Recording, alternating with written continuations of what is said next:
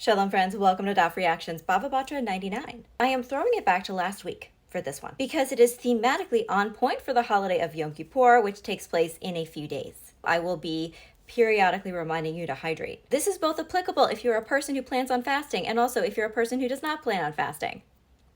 In the time of the Beit HaMikdash, the holy temple in Jerusalem, only the Kohen Gadol, the high priest, was allowed to enter the innermost sanctum, the Holy of Holies. And that was only on Yom Kippur, with incredible care and attention to detail of every single ritual, or else God might permanently retire him from his job and also from his life. The Holy of Holies was 20 cubits, the spiritual intersection of heaven and earth, a perpendicularity, if you will, for all my fellow Sanderson fans out there. Inside was the Ark of the Covenant, over which rested the Shekhinah, God's presence. The ark had two golden winged creatures, cherubim or cherubs. Some say cherubim had faces that were childlike in appearance. According to Ezekiel, on the other hand, they had 4 faces per head, both human-looking and animal-looking, and they were terrifying AF.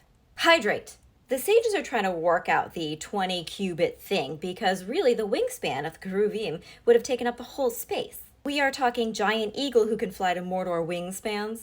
So how did the bodies of the cherubs also fit? Was the Holy of Holies like the TARDIS in that it was bigger on the inside? The sages do not hold with my theory, but they do have many others, unsurprisingly. Rabbanai says that Shmuel says, well, obviously their bodies miraculously took up 0 space in addition to the wingspan. Now, funnily enough, when I'm on public transportation, I think other people believe I also miraculously take up 0 space, leaving more space for them. Hydrate! Abaye theorizes that cherubs have chicken-style wings coming from their mid-back, sort of like a mid-back wing, that also covered their bodies, and that's how they fit. Rava thinks maybe the 2 cherubim had wings that overlapped each other. Rav Ashi asked, what if they just had their wings crisscross applesauce style? Another logistical pickle. In Exodus, the cherubim are described as facing each other, but in Chronicles, they face the sanctuary. How do we square this contradictory circle? Especially if they had 4 visages each, I just can't envisage how that works. So the suggestion is maybe they weren't actually inanimate gold statues after all. They could move, like the weeping angels in Doctor Who.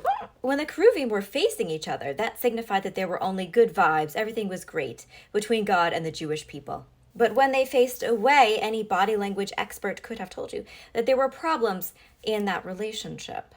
The Gemara gives us another suggestion. Maybe the cherubim had their heads tilted on a diagonal, not completely turned towards, not completely turned away from each other. This makes sense. After all, relationships can be extremely challenging with our loved ones, with our communities, with the other human beings with which we share this planet, perhaps most of all with God, for some of us. Sometimes we may want to turn our backs completely to save ourselves from pain or to convey how much we are hurting. The diagonal allows us to have a little bit more freedom. We don't have to turn our backs forever. Sometimes anger can be resolved, anger dissolved. We can do teshuvah, we can improve. Unlike the poor Kohen Gadol, we still do have some wiggle room to make mistakes and to learn from them. That's my hopeful little devar as we approach Yom Kippur. And in closing, I would just like to say, hydrate.